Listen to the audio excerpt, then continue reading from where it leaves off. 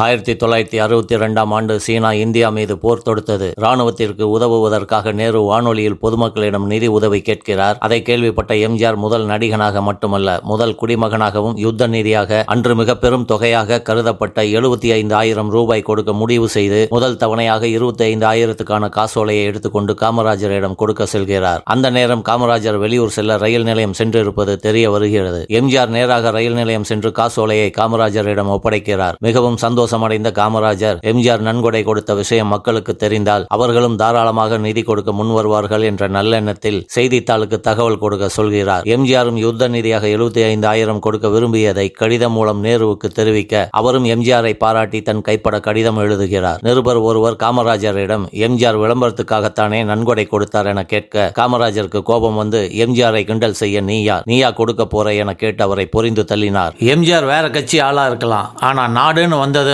முதல் ஆளா வந்து நிக்கிறாரு, அதை பாராட்டு, அதை விட்டுட்டு உன் குறுக்கு புத்தியில யோசிக்காதே என்றார். நேரு எழுதிய கடிதம் இன்றும் எம்ஜிஆர் இல்லத்தில் காட்சிக்கு வைக்கப்பட்டுள்ளது.